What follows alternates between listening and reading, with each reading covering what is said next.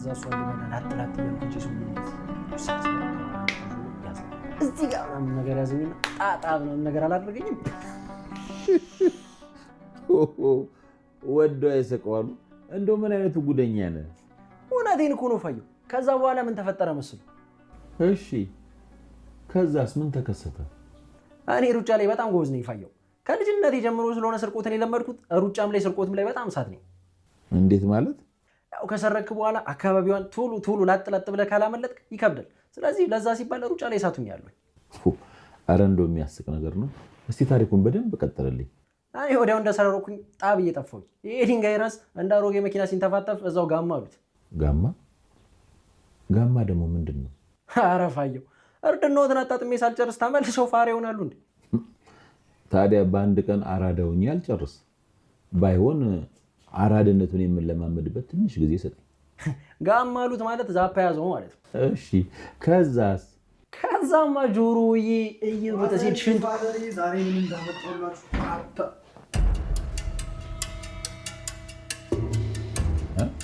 የምን መፋጠጥ ነው? ምንድን ነው? ምኑ?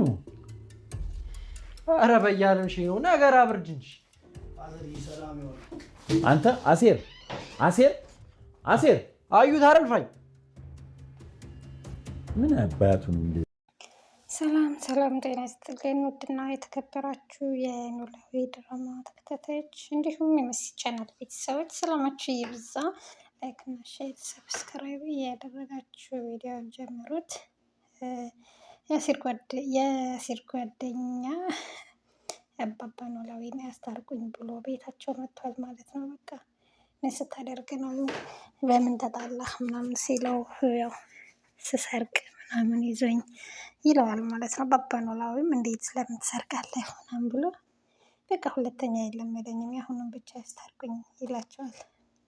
አባባ ኖላዊም በምን ልመንህ ምናምን ይሉታል። እና አባባ ኖላዊም እሺ አምኜሃለሁ ከዚህ በኋላ ብትሰርቅ ግን ነግሬሃለሁ ምናምን ብሎ ያስፈራሩታል። እናም ያው አሲር ለአባባ ኖላዊ ስራ ሰርቶ ጁስ ምናምን ገዝቶ ወደ ቤት ተመልሶ ሲመጣ እሱን ሲያገኘው እንግዲህ እንደምታዩት ቤቱን ትቶት ነው የወጣ። በጣም ተናዷል ማለት ነው እሱን ሲያየው። ያው ግን የሰው ልጅ ነው የማያጠፋ የለም። አንተም የነበርክበት ነው አሲር ያው ይቅርታ አድርግለት ማለት ነው።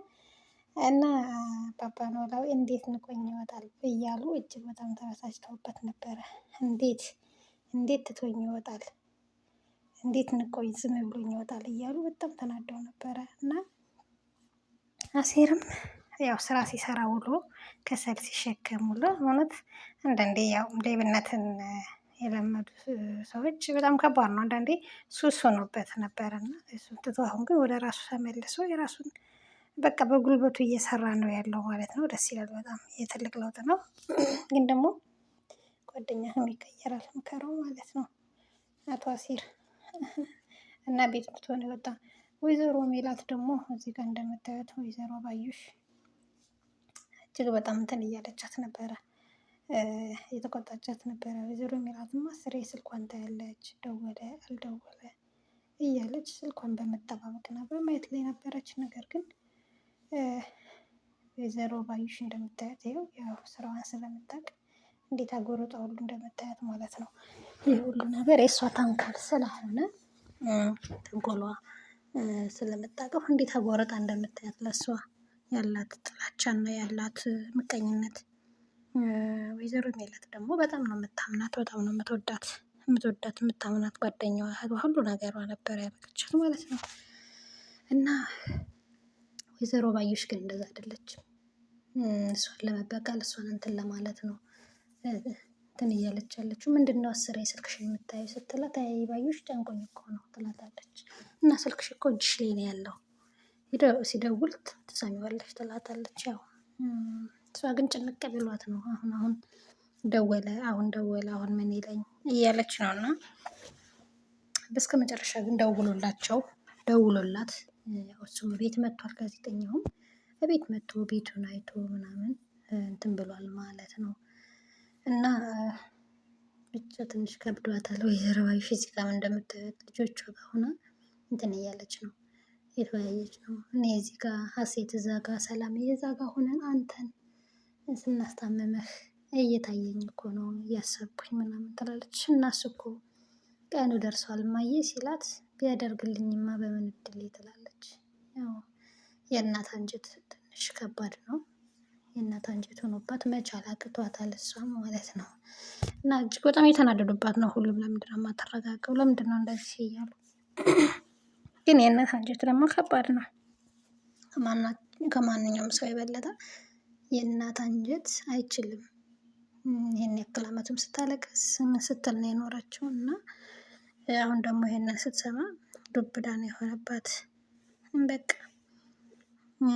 ሰዓቱ ራሱ ቀናት ይመስላል። አንዷ ሰዓት ራሱ ቀናት እየመሰለባት ነው ያለው እና ለዛ ነው ማለት ነው እንግዲህ ያው አሁንም ሀሴት ብትሆን ጥሩ ነበረ፣ ግን ያው የተጫወቱብሽ ነው ወይዘሮ ሜላት።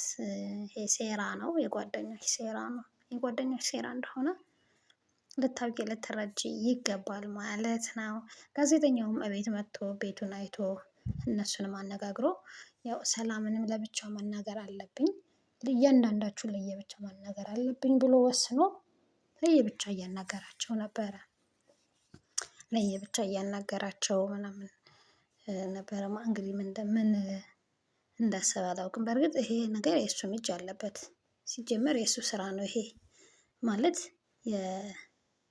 የእሱና የባዩሽ ሴራ ነው። ምንም ይሄ እውነታ ነው ማለት ነው። ወይዘሮ ሜላት ግን የሁሉ ነገር አልገባትም። ባዩሽ ያው እንግዲህ ልጅቷን ተጠቅማ ገንዘብ ሴትዮዋን እንትን ለማለት ነው እና በጣም የሚያሳዝነው ሀሴት ካጠገብሽ ነው ያለችው ወይዘሮ ሜላት ማለት ነው። ማን በነገረሽ ሀሴት ካጠገብሽ እንዳለች እና እንትናን ራሱ ሀናን ራሱ ወይዘሮ ባዩሽማ ወይ ግፈኛ ሰው ነች። ሀናን ራሱ